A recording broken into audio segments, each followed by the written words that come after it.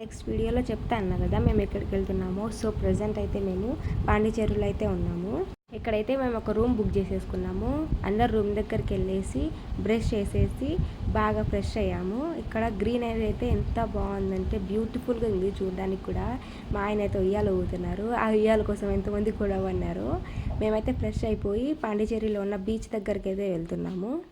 Already breakfast చేసి ఎక్కేసాం కాబట్టి మధ్యలో అయితే ఎక్కడ ఆపలేదు. డైరెక్ట్ బీచ్ దగ్గరికి అయితే వెళ్ళాము.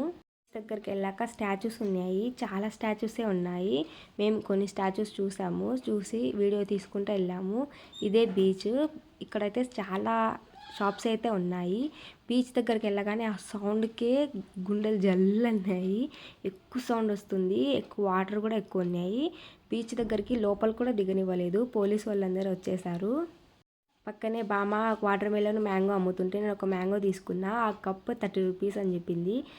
సో తీసేసుకొని తినేసాను. తిని మన వాళ్ళందరూ తిరుగుతున్నారు.